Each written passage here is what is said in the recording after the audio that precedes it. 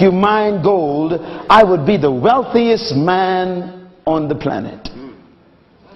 Why is the graveyard so wealthy?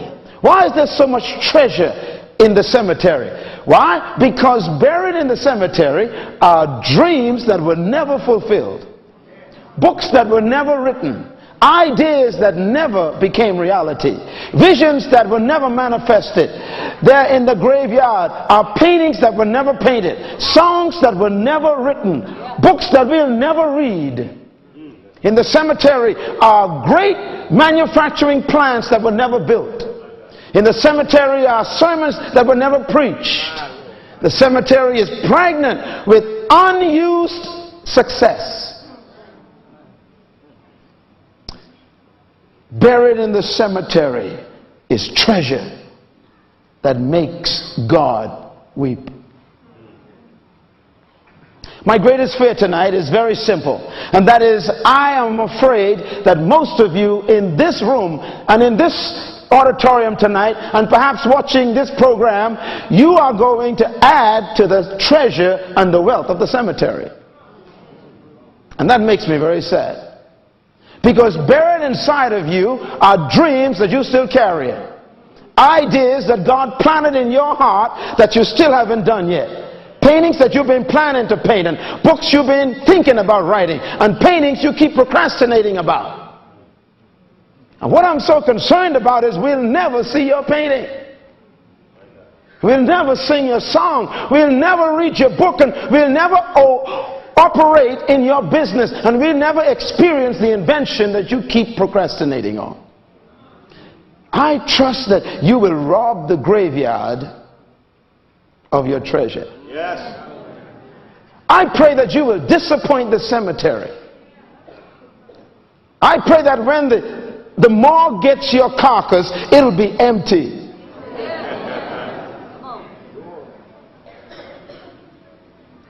Treasure. What do you call this massive treasure that's in every cemetery? It's called potential. Write the word down. Potential. Everybody say it. Potential. Say it one more time. Potential. Why is this called potential? Well, potential, I want to define it for you one more time. Potential is untapped power.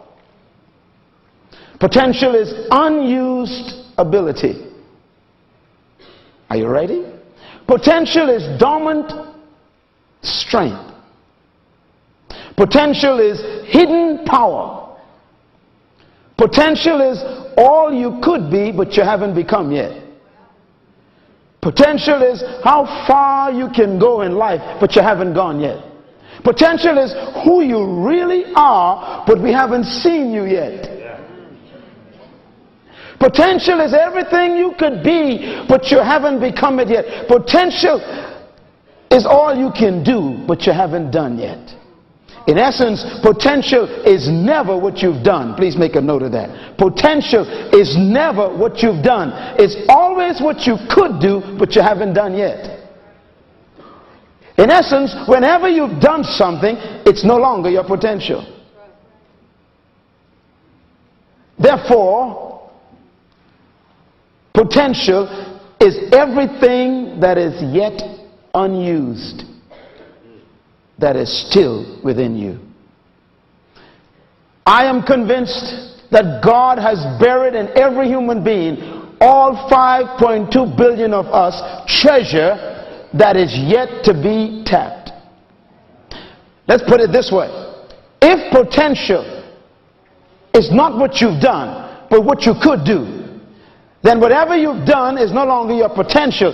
Therefore, you should never be impressed by what you've done, because if you are impressed by what you've done, it'll stop you from doing what you could do. The greatest enemy of progress is your last success. The greatest threat to moving ahead is getting excited about where you are. Whenever you feel like what you've done is the best you could do, you just died. Come on. No matter what you've done, if it didn't kill you, there's more left.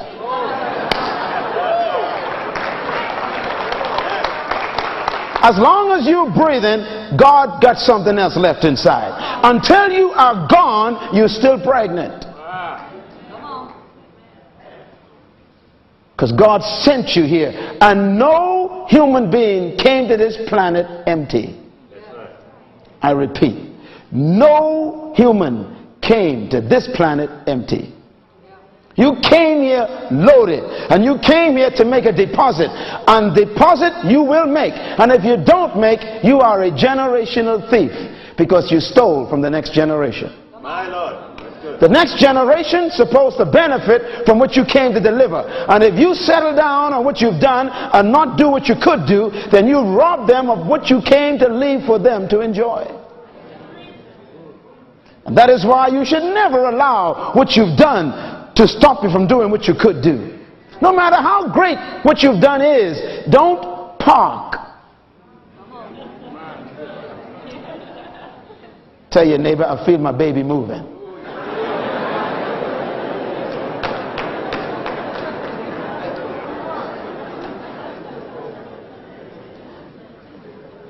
Now, I want to talk to you about the best kept secret.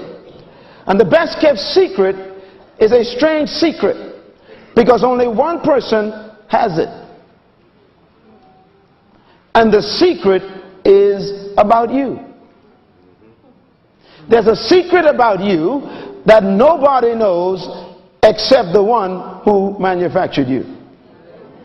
There's information on you that has been kept, because if it was ever given to anybody else, they won't believe it.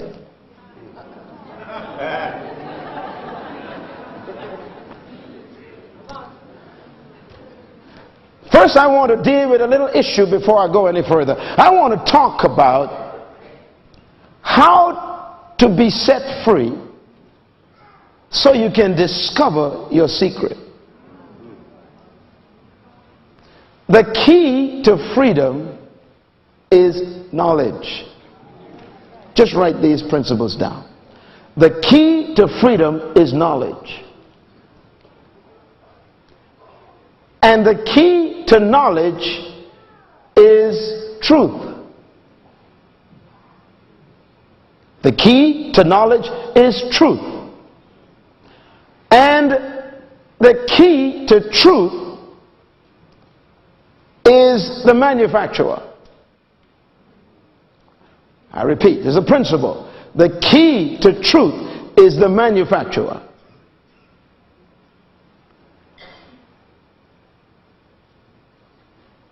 Let's talk. The greatest enemy of man is not sin. The greatest enemy of man is not Satan.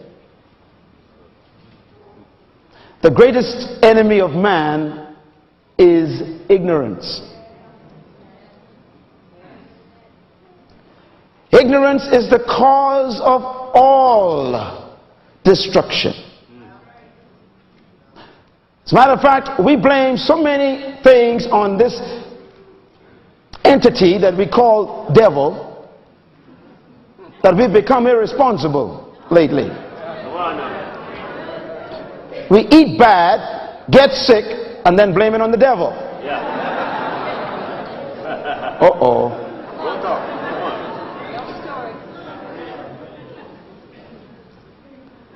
Ignorance is the major enemy of man. God says, my people perish, or they are destroyed because of a lack of knowledge.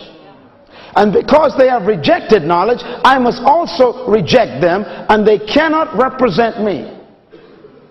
And then he goes one step further. He says, and I must also reject their children.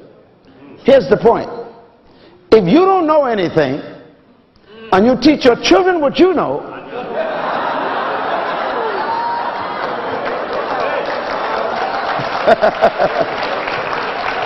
then your children is as smart as you. Write this down. All I know is what I've learned. Say it with me. All I know is what I have learned. One more time. All I know is what I've learned. Now you got to let that sink in for a minute. No matter how many books you bought, you only know the ones you read. Don't look now if someone's looking at you. Some of you bought books last year and haven't cracked the pages yet. And you show people your library and try and impress them with what you don't know. Come on now. Keep talking. You bought videotapes and haven't burst the plastic on it yet. You bought cassette tapes and haven't listened to them yet. You see, buying information doesn't give you revelation.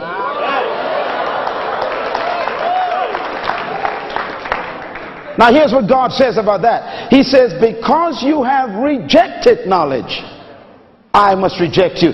It's impossible to reject something that was not available. Therefore, your ignorance was a decision.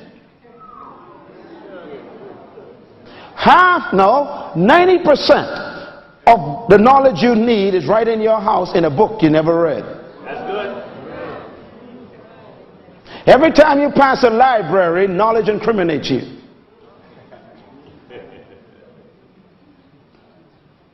God says you are perishing because you lack knowledge. So don't blame it on the devil. Don't blame it on your mother-in-law. Don't blame it on your teacher. Don't blame it on the school system. You don't need a teacher to learn. Oh, come on, say something, Minnesota. Some of y'all blamed it on the education department. You don't need a professor to make you read a book. I'll never forget the day when I walked on the premises of the university I attended.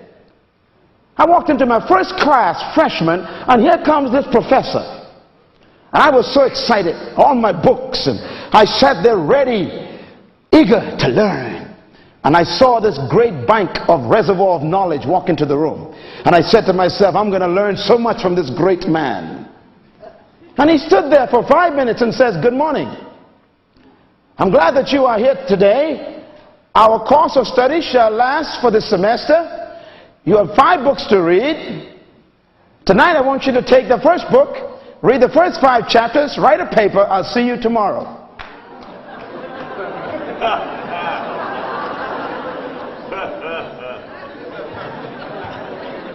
Where are you going? I just paid $2,000 to come to this school. Come back here, preacher. And he left. And I got mad. And I said, wait a minute, I just paid $2,000 tuition and another $1,600 for room and board, and I bought all these books for hundreds of dollars, and the man spent 5 minutes in the class.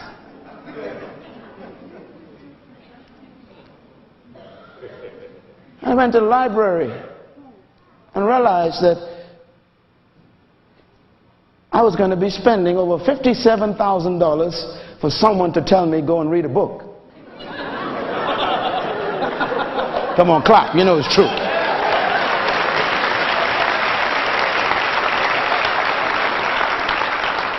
Knowledge is the key to freedom. But the key to knowledge got to be checked carefully. I used to think that knowledge was power. That's not necessarily true. Because you can learn the wrong thing.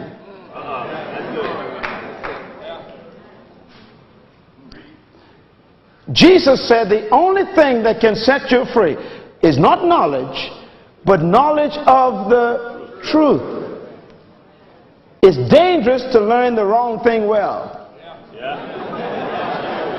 Some people are experts in error. Come on, talk to me. So knowledge doesn't mean you're smart, because what you may have learned may not be true. And the most dangerous thing for a person to have is knowledge that is erroneous, that they believe is true. The most dangerous human being I've ever met is one who has zealous error. People with zeal who are wrong. And it's the cause of great tragedy in our humanity and in our history of man. Most of the problems in our past are results of zealous, erroneous people.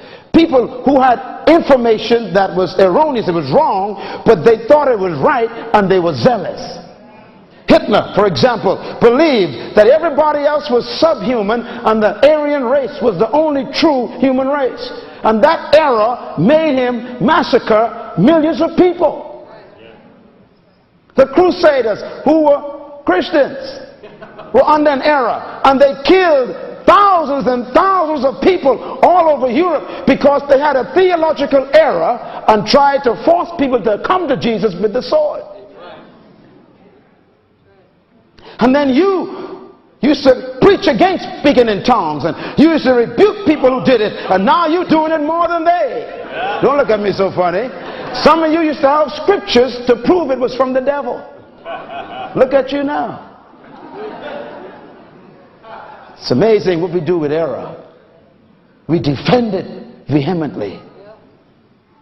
That's why Jesus said, knowledge of the truth shall set you free. Not just knowledge, but the truth. Now I mentioned to you that truth, the key to truth is who? The manufacturer. What do I mean by that? The manufacturer is the only one who knows the truth about his product. Let me try it one more time. The manufacturer is the only one who knows the truth about his product. Everybody else is experimenting. Come on now. That's good. Everybody else is guessing. And everybody else has opinions. The manufacturer knows the truth about his product. That's why you shouldn't get information from anyone else except the manufacturer. Don't even believe the retailer, because he's in business for sales. Lord help me tonight. That's why I don't trust humans to tell me who I am.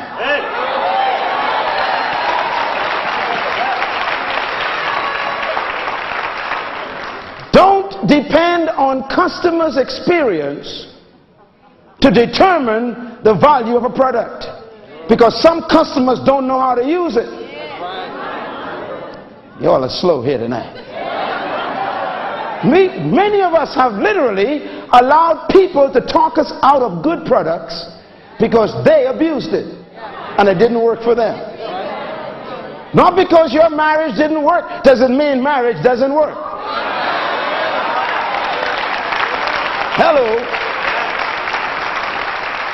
You just didn't know how to stay married. You didn't follow the manufacturer's manual. You didn't follow the specifications. Hello, somebody. So if the toaster didn't work for you, that doesn't mean the toaster ain't no good. You just plugged it in wrong. Are you understanding me? The truth about a product is only hid in the mind of the manufacturer. That's why manufacturers love for you to have their address. You're going to get this after I'm gone. When you buy a product and you open the box, you don't see the product first. You see a book first. And the book has written on it in bold letters, do not touch this product until you've read this manual completely. How many of you do that? Don't hold your hands up. And I know why you don't read it. You don't read it because you think you're smart.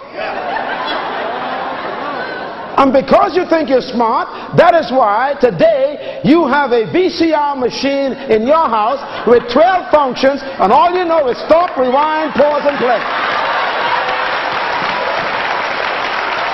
Yeah, I got you. Now tell me, why don't you know the other 8 functions. Why? Come on, talk to me. Why? Yes, why? Because you did not read the manufacturer's manual.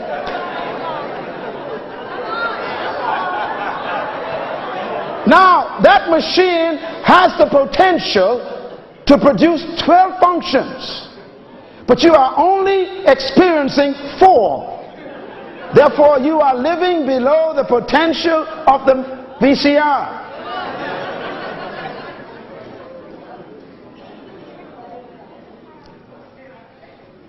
What is a manual? Write the word manual down. I want to show you something that will help you forever. The word manual is, if you check it, you see it spelled this way. M-A-N-U. Do you see that there? Manu. It's from a Latin word which means to make or maker. Manu. Now, if you put the word manu and put another word next to it, factor, which is the factor that manus it, which means the factor that made the product, you have the word manufacturer. Are you with me? So a manufacturer is the factor that made the product. And the book that he sends with it never comes from the retailer. Manuals are never produced by wholesalers. Manuals are never printed by customers.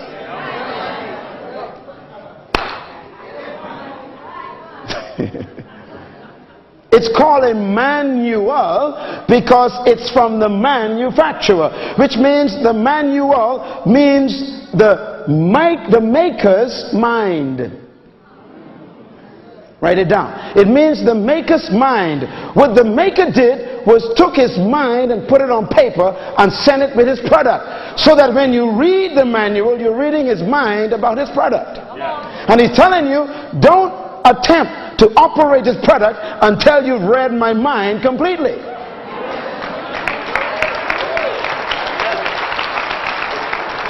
Why? Because I'm the only one who knows this product. Why? Because I made it. I designed it. I designed all of the circuits. I know the potential of my product.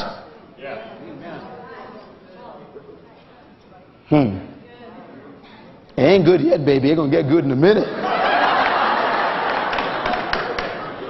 Now, the manual that you have with the product, if you ignore the manual, you are ignoring the mind of the maker. And if you ignore the maker's mind, then you are experimenting.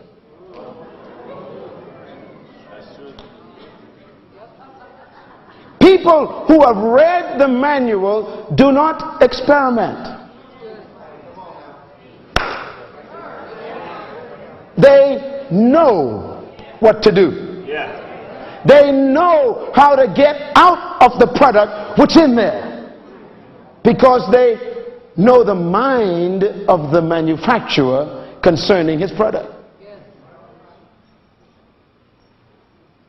Well, I want to invite you to consider where you came from. What company produced you? It's a good question. Sony produced Sony products. Mercedes-Benz produced Mercedes products. Toyota produces Toyota products. Well, I came from God Incorporated. Oh, hallelujah. And my company is eternal. It's not registered with the Dow Jones average. It's not on the stock market exchange because its value is too much.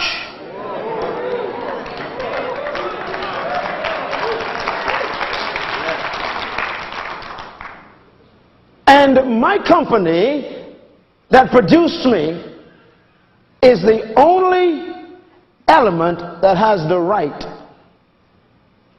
to tell me the truth about me.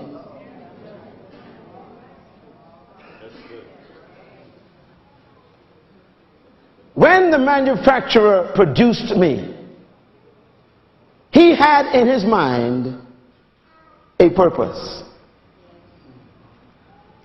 Every manufacturer creates products for specific purposes. And the purpose for which they make the product determines the design of it and the ability of the product. Therefore, the key to knowing a product's ability and potential is not determined by your opinion of it.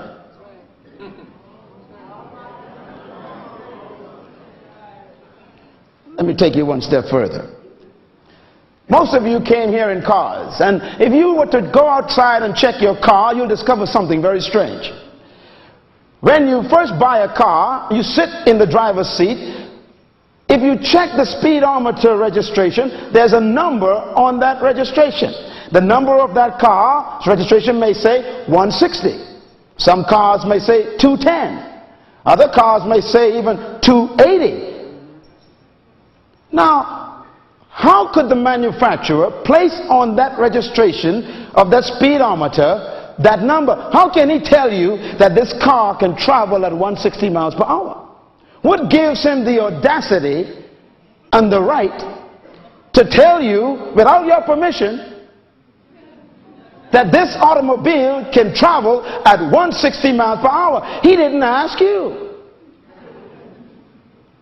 And when he sold it, he placed it there, and he's daring you. He's telling you, try it. I guarantee that this automobile could travel at 160. I don't care what you think about it. I don't care what your opinion is. I made it, and I put in this car the horsepower and the piston power and the firepower to go at 160. You know, before they release the car, they test it first. So they're not asking you to test anything. It's already tested. They're asking you to use it.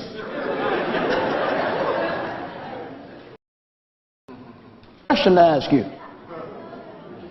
Driving at 150, does that cancel the car's potential to travel at 160? No.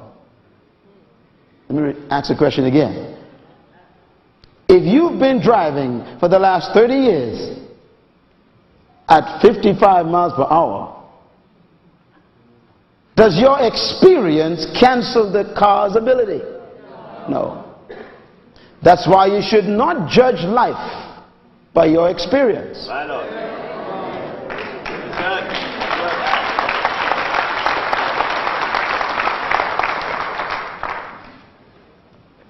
If the car is parked outside and you walk up to the car and you say this. Now this is how it works. You say to this car, you are stupid. Can the car still travel 160? Yes. If you say to this car, I think you dumb and ignorant and backward, can it still travel 160? Yes. You say to this car, I don't like your color. Can it still travel 160? Yeah.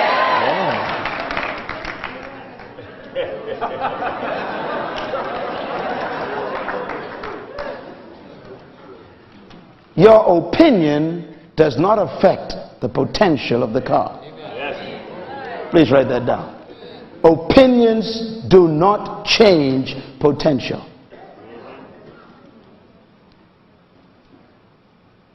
Therefore, what you think about the car is irrelevant to the car's ability.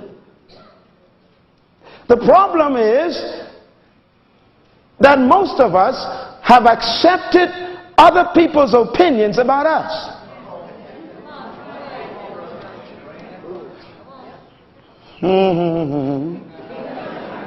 Now here's a strange phenomenon. If you've been driving at 50 miles per hour all your life, but you are capable of 150, and I come and pass you at 60, then you are impressed. Isn't that crazy? Here you are driving 50 all your life. Someone passes by making 60 miles per hour and you go, wow. And what you don't realize is that you can make 160. Yeah. The problem is we are impressed by people who ain't doing nothing.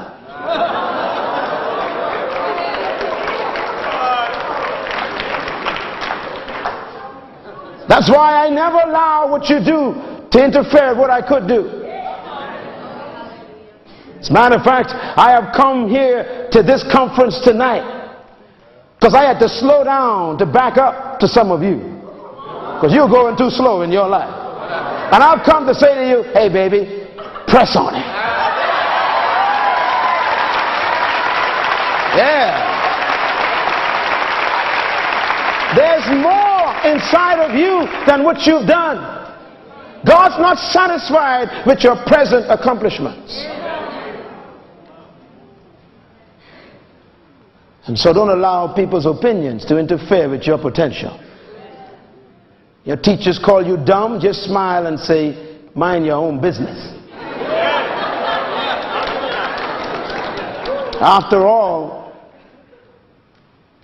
most of the time it ain't the students who can't learn, it's the teachers who can't teach.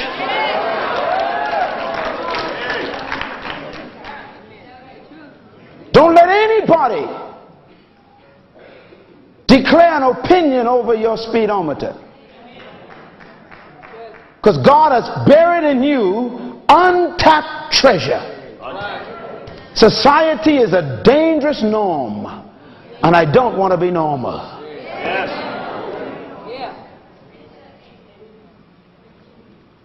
Someone said to me the other day, why you want to be so different?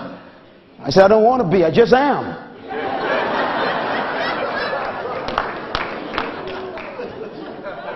I don't want to be like you. Why? Because it's too good being myself.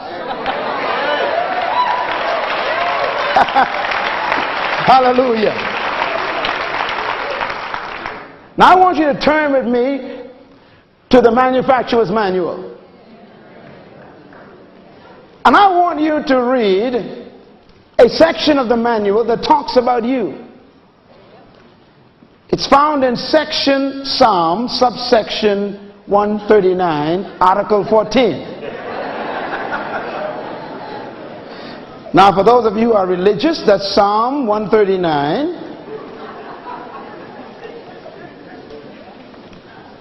And in the manual, it talks about the product. Here's what the manufacturer says about the product.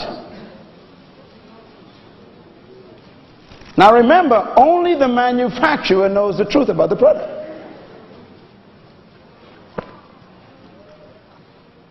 Are you ready? All right, let's take a look at verse 13. For you were manufactured in your innermost being, knitted together by the manufacturer in your mother's womb. Am I okay? Yeah. Do you understand this technical jargon? See, I got to talk like this because some of you are too spiritual. That's why you're driving at 50.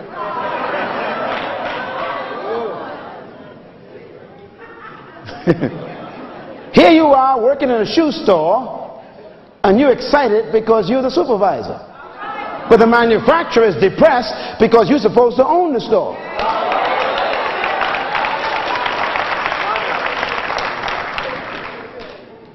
We get excited about what he's disappointed at.